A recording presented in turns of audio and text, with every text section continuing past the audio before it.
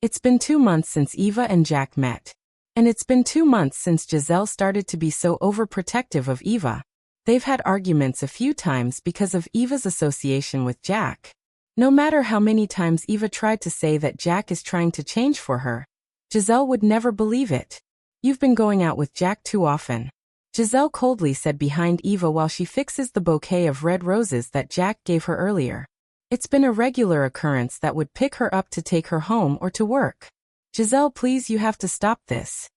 Eva held the vase where she put those beautiful roses and placed them on a table near the window. Being an operation manager, Eva got her private workspace. I'm trying to protect you. Don't you see that? Giselle said, almost begging. He's not the man for you, Eva. He's a womanizer. He's living a scandalous life. Giselle explained. You have to relax, best friend. I haven't even said yes to him. Eva answered with a smile. Don't you trust me? Giselle chose not to answer anymore. It's evident that no matter what she says, Eva is already attached to Jack. The only thing she can do now is to look out for her. She has to protect her no matter what. Eva shook her head when Giselle left.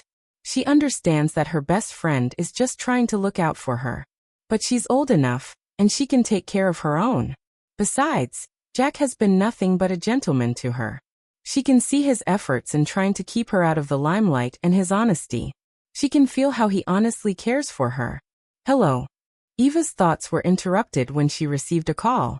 Hi, is this Ms. Eva Vergara? Said that man on the other line. Yes, speaking. Who is this? To Eva's surprise, the man started singing.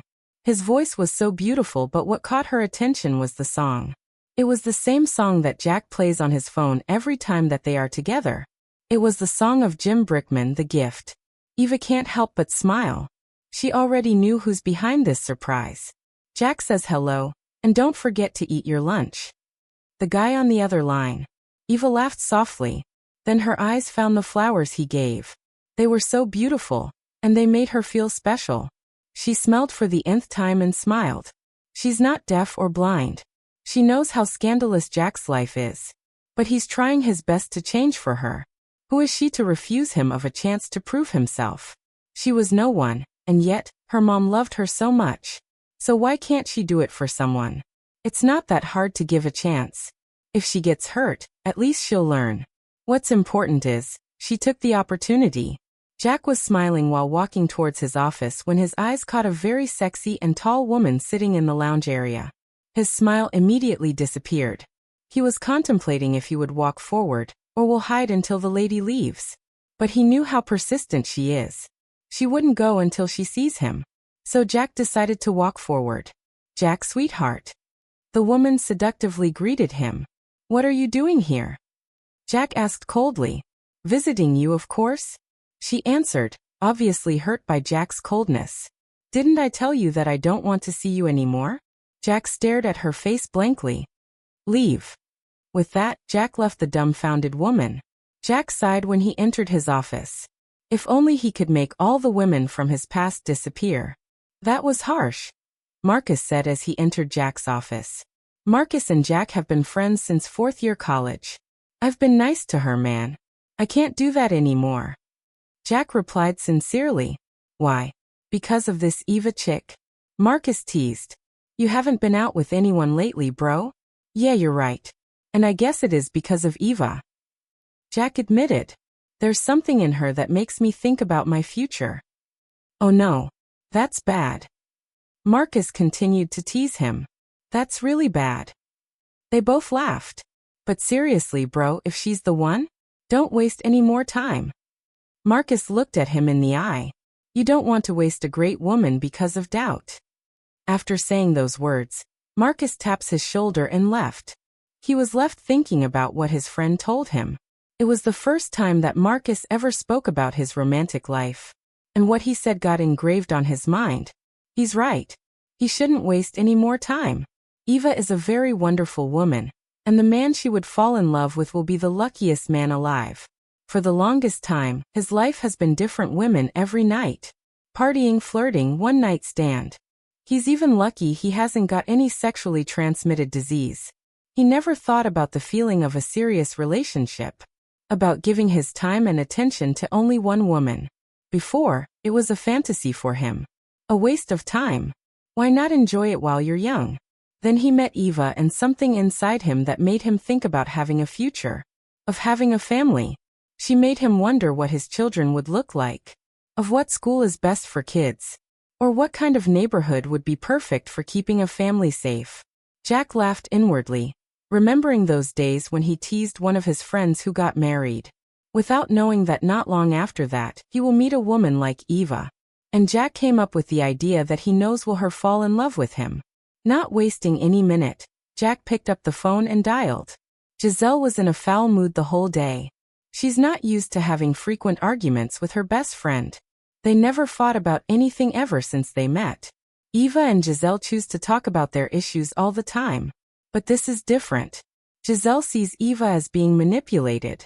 She thinks her best friend is being led to a well-calculated lie. But her heart is telling her to let Eva with her decisions in life. What should I do? Giselle asked herself loudly out of frustration. Maybe you'd start by calming down? Giselle was shocked when she heard talk behind her. Oh hi. I'm sorry. Giselle said apologetically. Something wrong? The guys asked. Lyndon, by the way. He then introduced himself. Lyndon?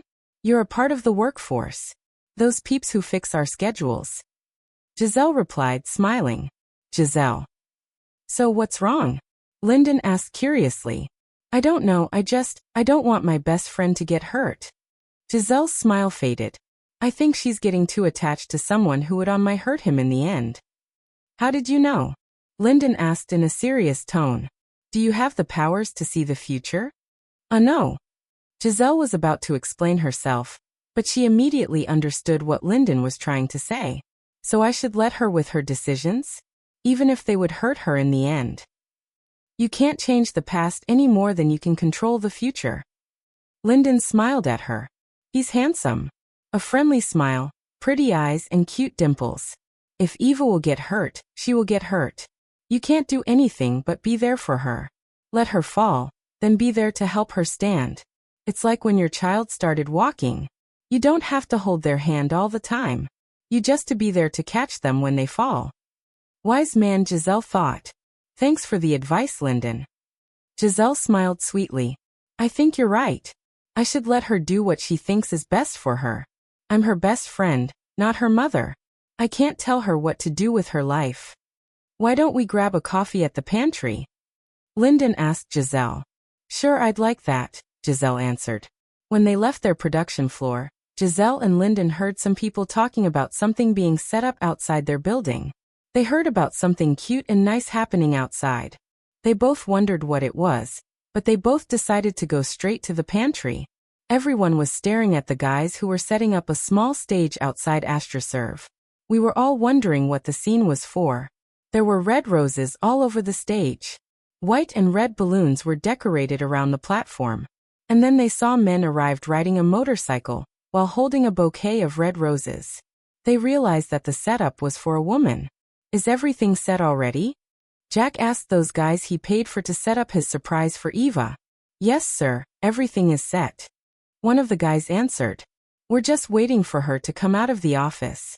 Jack looked at his watch and realized that you only have 15 minutes left before Eva is off duty. His palms are sweaty, and his heart is racing. This is the first time that he did something like this for a woman. He never realized it was this scary.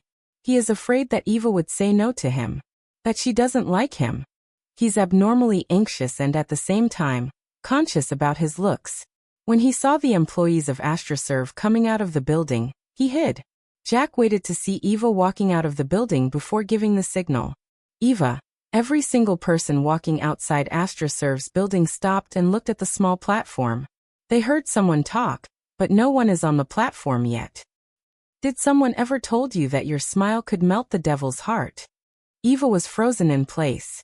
The decoration of the platform was so beautiful. But what stunned her is the voice on the speakers. Do you know that your laughter can wipe away all kinds of pain? Little by little, a smile formed on Eva's face. Because I know. Then a song started playing. Tears began to show in Eva's eyes. Yet she felt undeniably happy. As the song progressed, People started walking up to Eva. Each of them gave her a stem of rose with a message stapled on it. Jack is singing Thanks to You by Tyler Collins. He slowly walked towards Eva, with tears in his eyes. He's not a singer. He doesn't have a beautiful voice. But Eva cried because of so much happiness. I hope you're not crying because of how bad my voice is, Jack said jokingly, which made Eva laugh. A friend told me that if I think you're the one, I should not waste any more time contemplating.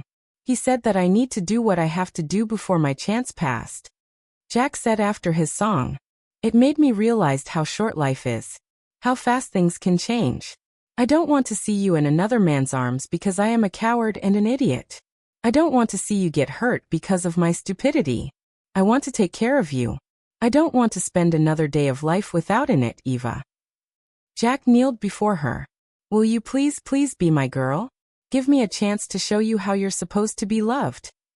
Eva's tears are now unstoppable. She feels like she's the happiest woman on earth, but she can't stop crying.